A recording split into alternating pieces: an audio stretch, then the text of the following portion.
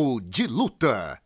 Cara, então foi uma luta que a gente esperava realmente que fosse bem disputada, mas para mim, na minha visão, o prognóstico que eu fiz de vitória da Valentina se externou, foi o que aconteceu, cara. Eu continuo afirmando que a Valentina venceu.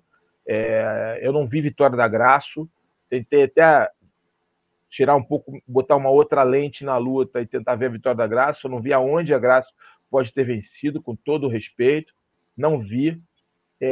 O empate também, eu até no início ali falei assim, o empate pode ser, mas depois vendo os rounds, eu também acho pouco provável o empate, para falar a verdade. Eu até fui ver ali se algum round possível de 10-10, enfim. Mas não, cara, se você for ver os critérios arbitrais com calma, com cautela, né, o grappling efetivo, o striker efetivo, cara, sempre foi definido. E mesmo naqueles rounds que a gente via ali um equilíbrio nesses dois fundamentos, eu vi uma Valentina com mais domínio em alguns aspectos. Mas a Grasso colocou o maior número de golpes no total, mas você viu que golpes foram esses? Você foi lá ver nas estatísticas? Então vejam, por favor, os golpes que ela deu em maior número que a Valentina, né? Então foram golpes de menor valor. Ela teve um bom momento real, porque eu fico muito impactado para a galera aquele knockdown que ela deu, né? Se é que a gente pode chamar de knockdown que ela deu, aquele soco que a Valentina, com muita habilidade, capotou, né? Para poder fugir e ficou em pé, né? O golpe veio com impacto ali, a Valentina ela acaba rodando, né? Dá um rolamento, né? Para ficar em pé. Impactou aquilo ali, obviamente, impactou pegar de costas, mas a Valentina também pegou as costas também.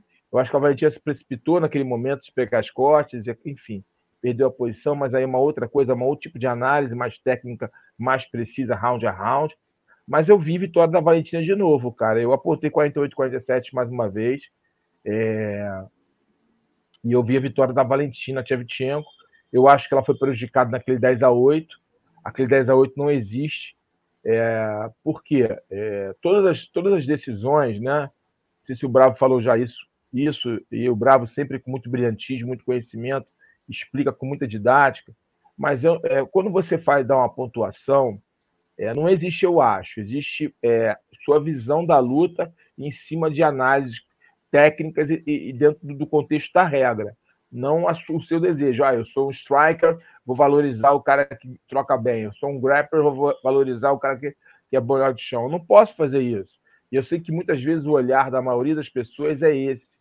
E eu não estou falando que isso seja ruim, estou falando que é treinar o olhar, porque a maioria não é um profissional disso. Ela é um amante do esporte, gosta, acompanha, mas não tem um olhar treinado como um treinador, como um atleta, como um árbitro, um juiz tem. Né? Até mesmo porque não é a profissão dessa pessoa. Então, acaba que não treina da forma devida. Então, dito isso, o que eu vi, a Valentina vence para mim, eu acho que ela foi prejudicada, defendeu o 10-8, eu queria ver essa defesa, como ele defendeu esse 10-8 no pós-luta, foi um 10-8 decisivo para o empate, eu queria ver ele defender, aonde ele viu um posicionamento de superioridade total, 3Ds ali claros para Grasso. Eu queria ver para entender esse 10-8. Até porque, né, Carlão, só até complementando o que você falou, a Valentina vinha bem nesse round, né? Quer dizer, se você tivesse uns 3Ds, como você falou, né?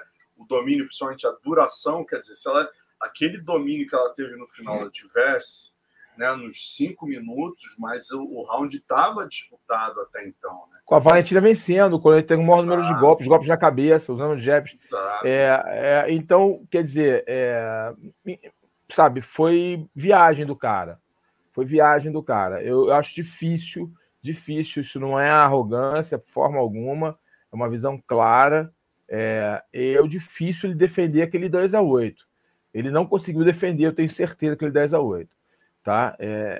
Para quem não sabe o que eu estou falando, é quando sempre tem os eventos do UFC e pós-evento, como tem uma luta mais polêmica, uma luta mais disputada, que há uma divergência de opiniões dos próprios juízes, né? Onde cada um tem uma análise diferente, como foi essa luta, eles depois conversam, né? Os árbitros ali, as pessoas envolvidas no evento, da comissão, elas conversam sobre a luta, conversam sobre as análises que foram feitas, os porquês, e aí a defesa da coisa. Defende isso, tem que defender, entendeu?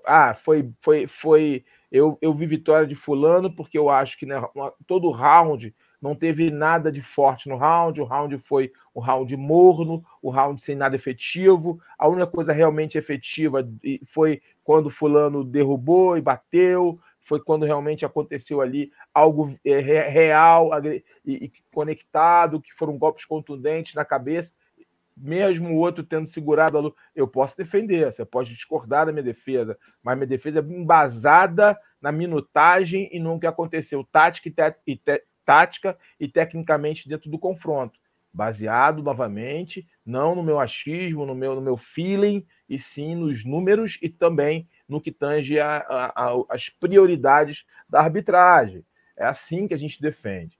Então, 10-8, a Valentina foi prejudicada. Eu não vou discutir o árbitro que deu para Grasso, tá? Porque ele pode ter defendido ali um round para Grasso, por isso, por aquilo, ele pode defender. Eu não vi essa defesa. Para falar a verdade, eu não vi essa possibilidade, tá? Mas pode se defender um round para Grasso? Pode sim. Há uma brecha ali, meio que subjetiva, que pode se defender um round para Grasso.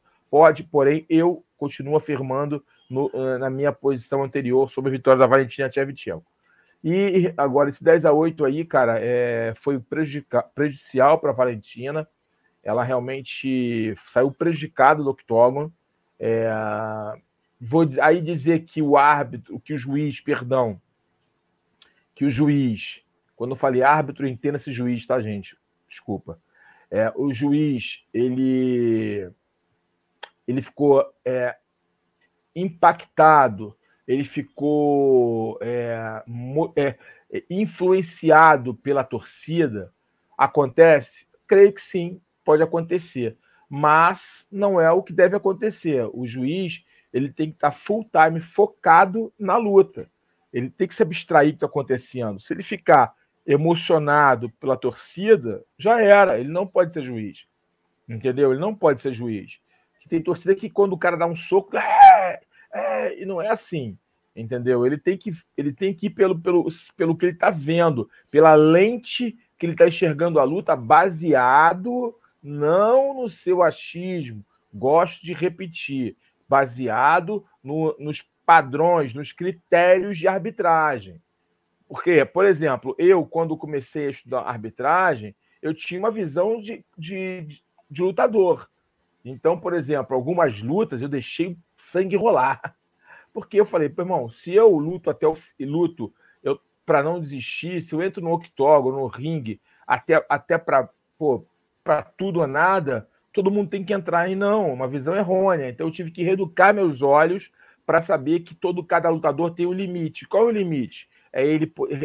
A integridade física dele, o poder de reação dele, de ação e reação. Se isso está ali, se em algum momento o poder de reação dele foi interrompido, se tornou limitado, ele se torna um alvo fácil, eu tenho que acender meu alerta para proteger aquele atleta. Eu não via dessa forma, então eu tive que aprender e adquirir um olhar de árbitro, né? Enfim, e você vai mudando. O olhar de treinador também. O treinador tem um olhar diferente da luta. Ele vê a luta de uma forma ampla ali, os dois lados, as possibilidades que o adversário traz para o seu atleta, e ele conhece o que o seu atleta pode trazer para o cara. Então ele vai tentando ali desenhar ali taticamente o que acontece. São olhares diferentes do confronto. O juiz, ele tem que ter uma visão do todo ali, do que está acontecendo, da força do golpe, do peso do golpe. Ele tem que ter um olhar ali do quem realmente trouxe perigo no grappling, quem trouxe perigo no striking, se houve um nivelamento entre ambos, ou se o grappling foi muito mais forte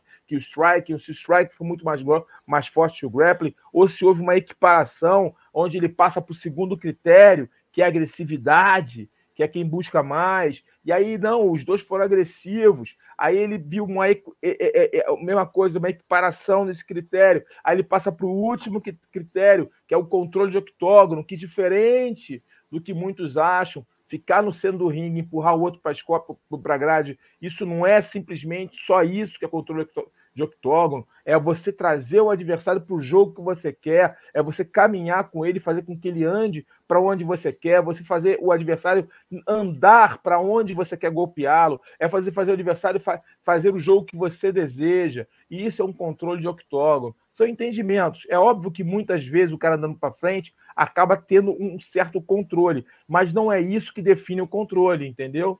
Então são critérios que o juiz tem que ter muito domínio, muita consciência, para que ele não cometa um erro de interpretação como esse juiz cometeu ali no 10-8 com a Valentina Shevchenko.